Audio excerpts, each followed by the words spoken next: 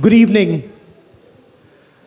The Rashtriya Swayamsevak Sangh, or the RSS, is celebrating 100 years of its foundation.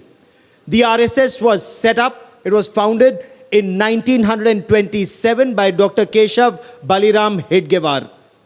And it's traveled a long distance in the past 100 years, from being banned 3 times to having a pracharak as Pradhan Mantri in his 3rd term. And someone who's chronicled the journey of the RSS over the past 60 years is with us on this stage.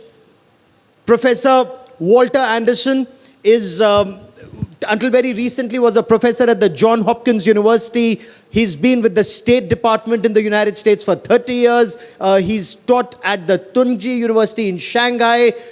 Incidentally, before partition, he was in the US Foreign Service in Pakistan. So, and he's somebody who's really traveled. What drew him to RSS is something that we will talk about. He's interviewed every Sar Sangh Chalak from MS Golwalkar to Mohan Bhagwat. He's seen the journey, he's been through it, he's authored 2 books on the Rashtriya Swayamsevak Sangh. And now when the RSS, Professor, celebrates 100 years of its foundation, will they believe an organization that was banned 3 times has a pracharak as Pradhan Mantri in his 3rd term? Well, I want to thank people for inviting me to this event, for starters. And I often wondered when I watched this on television how it would feel to be on the stage. Now I know. It doesn't feel much different than sitting elsewhere. So thank you for inviting me. Now on the question of the RSS and where, under a, with the Prime Minister who has an RSS background, I take it what you'd want me to really talk about was how the RSS sees itself in the Indian context. Let me say a little something about the formation. Actually, it was formed in 1925. And so, hence, the 100 years of since its formation. From my understanding, and meeting pracharaks who are full-time workers of the RSS, and meeting the various Sar Sangh Chalaks that you mentioned, the RSS basically has a major goal that it has in mind, and you heard that goal mentioned in the panel we had this morning on Hinduism. And the goal was unity.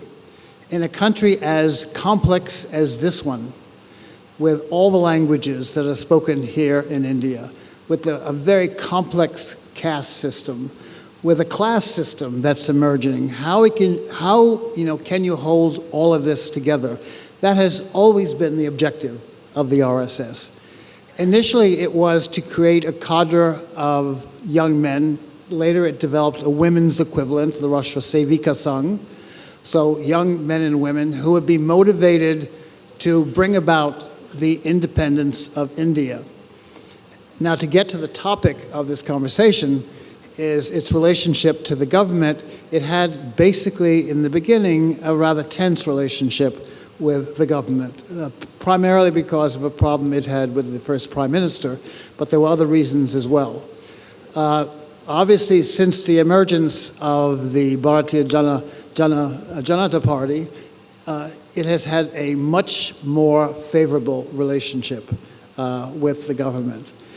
So, in terms of how it relates to the government, that doesn't mean it doesn't have disagreements. There have been, and in fact, if you buy my book on the RSS, what I basically go is internal problems in several areas of the RSS where it has had disagreements which have been spelled out. So it's not as if you have a kind of quasi-dictator at the top who tells everybody what to do. You don't. In fact, I was always amazed in relating to people in the RSS the extent that you had internal divisions, debates that take place, including debates on how closely to be related to the present government in India. So we'll come to those debates in just a moment. But, there's one debate, and since you mentioned within the RSS there are debates, with the government there are debates. Mohan Bhagwat, the Sar Sangh Chalak, after the Divya Bhavya Ram temple at Ayodhya, had spoken of the need not to look for a shivling under every mosque.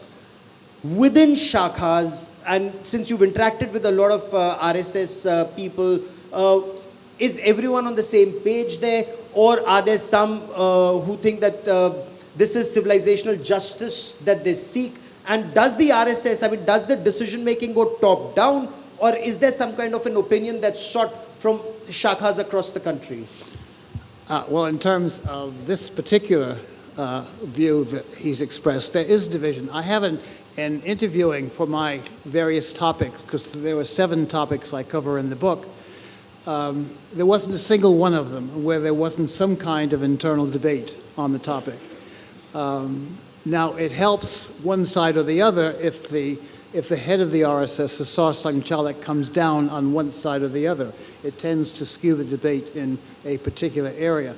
Though this particular Sar Sangchalak has been very careful about taking sides and has preferred to try to work out a consensus. And basically, the RSS has been able to stay together, and this is really quite incredible for an organization that started in middle India, in Nagpur, among a few Brahmins in that city.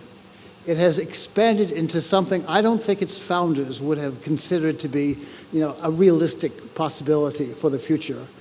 It not only is India's ruling, its front group, one of its affiliates is India's ruling party, but it also governs, that party governs 19 of India's states and union territories. It has India's largest trade union, the Bharatiya Mazdoor Sangh. It has India's largest student group, the Vidyarthi Parishad. It has one of the largest farm groups, the Kisan Sabha. And it goes on. There are about 50 such groups. And in each of them, there tends to be a discussion on issues. And the issues I discuss in the book, there was very lively discussion of debate.